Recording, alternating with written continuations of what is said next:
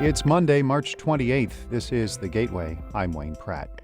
Mining engineering is a high-tech job, but over the weekend, college students studying in the field competed in old-timey mining games. We spend a lot of time researching, writing, and we need an outlet and fun things to do.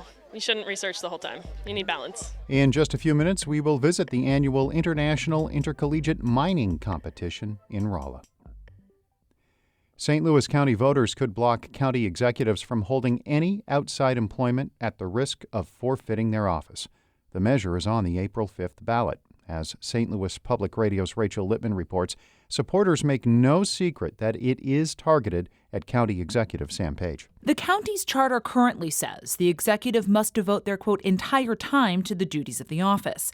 But Page has continued to work as an anesthesiologist. He says it's on his personal time to keep up his license. Third Ward Councilman Tim Fitch, a Republican, says because Page is always the county executive, that's a clear violation of the charter. However, he claims there's a loophole there that says there's no penalty. This clears up any kind of loophole or any kind of doubt and does add a specific penalty if he does it. The council's ethics committee has been investigating Page's medical work. Passage of the charter change requires a simple majority. I'm Rachel Lippman, St. Louis Public Radio. The St. Louis Preservation Review Board will consider today whether the historic Culver House next to Powell Hall should be demolished. The St. Louis Symphony Orchestra is planning a $100 million renovation project that would use that space on Delmar Boulevard. Paul Homan is a preservationist in St. Louis. I realize that not every building can be saved, but when it comes to the point of when you have only 2 or 3 of something left, I think that's the time when you start looking at preservation. He says the orchestra should consider moving the 19th century Queen Anne-style home. Homan also says it could be repurposed as office space for the orchestra or an art gallery. One of the most popular players in Cardinals history is on the verge of rejoining the team.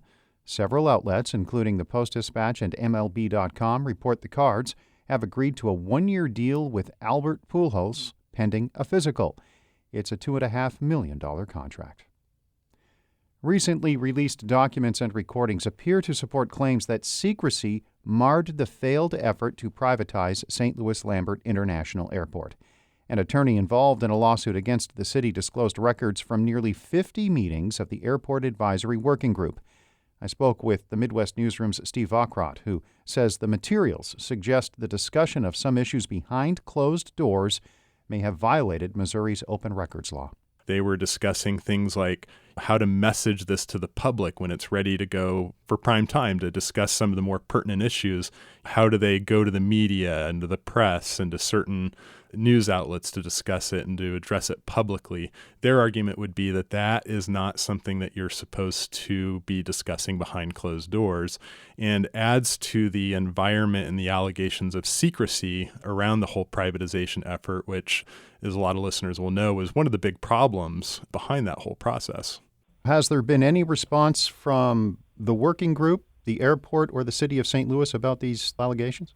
The city has tried to dismiss this lawsuit. The lawsuit is still ongoing.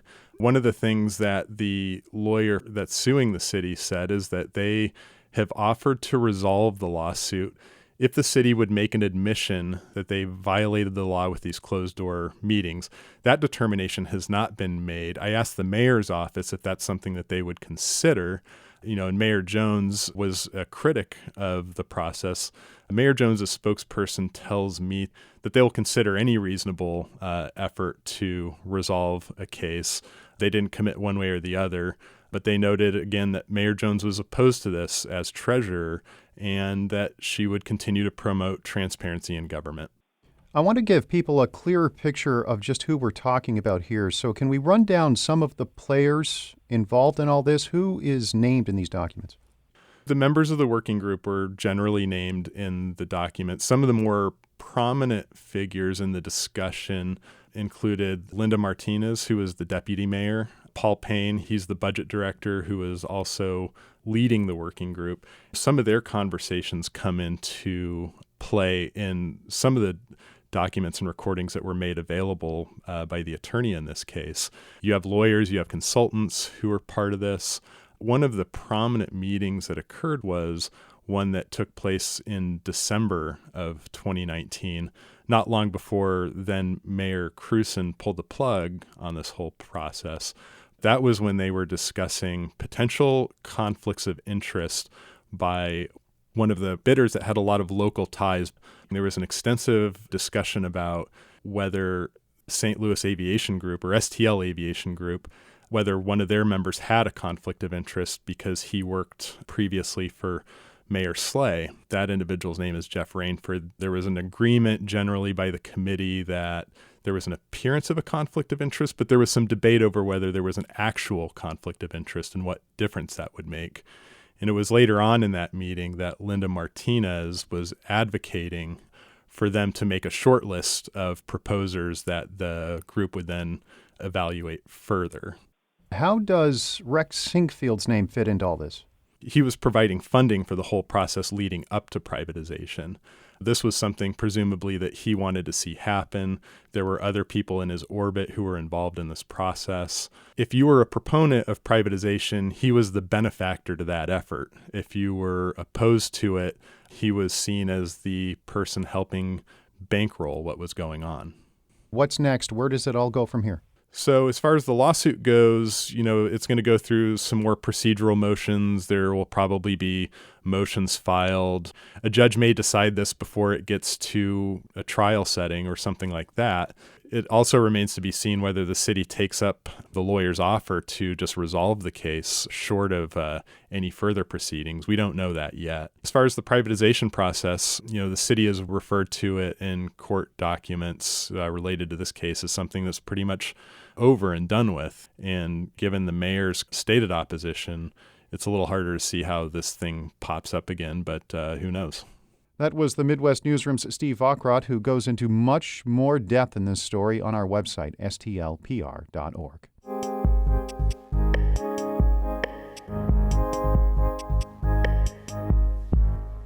Mining engineering is a technology-driven field, with high levels of science and computer knowledge being a basic requirement to work in the industry.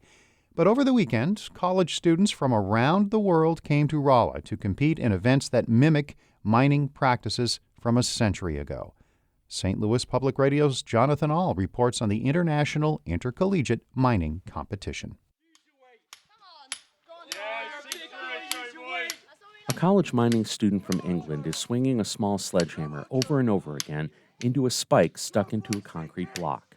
He's sweating profusely on this cool morning at the Missouri S&T Experimental Mine in Rolla. His muscles are pulsing as his teammates cheer him on.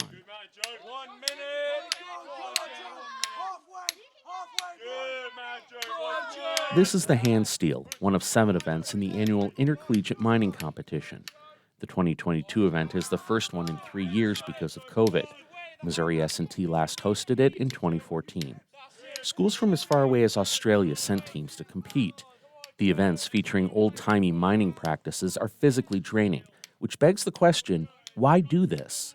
That's a great question because really I don't know why we all do this. Ryan Sibley is an S&T student and the lead coordinator for the games. Because it's a lot of work.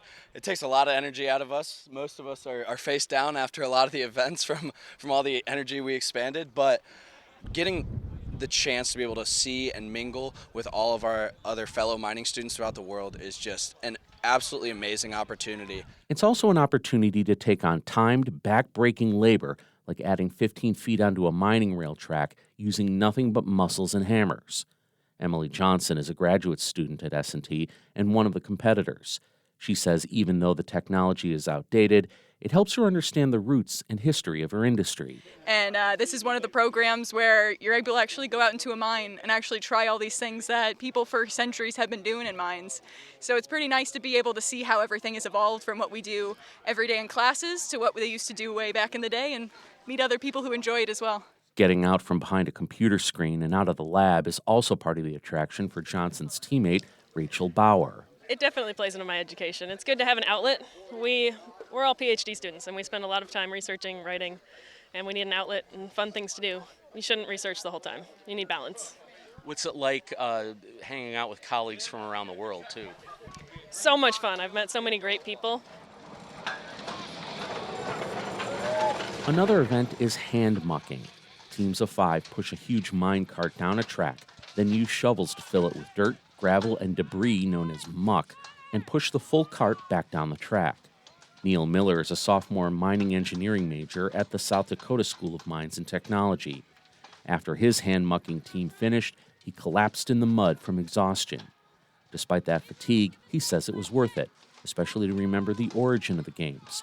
They were established more than 40 years ago to honor fallen miners in an Idaho disaster.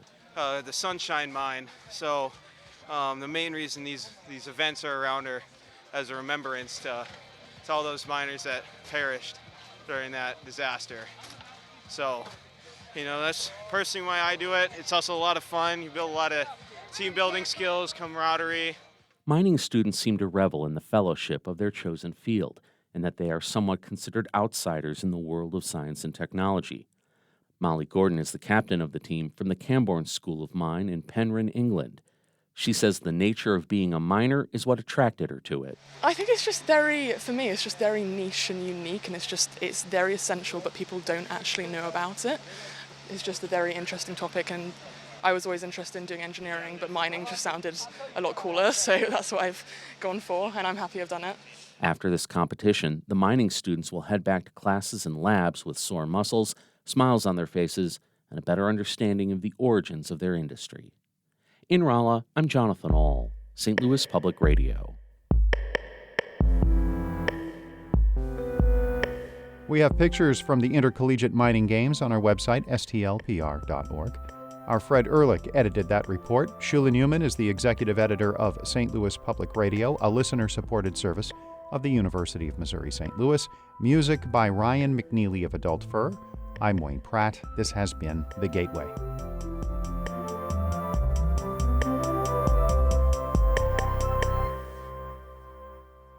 Support comes from the Missouri Forest Products Association, saluting Earth Day on April 22nd with an ongoing commitment to help offset carbon emissions with sustainable harvesting of Missouri forests. Details at choosewood.com.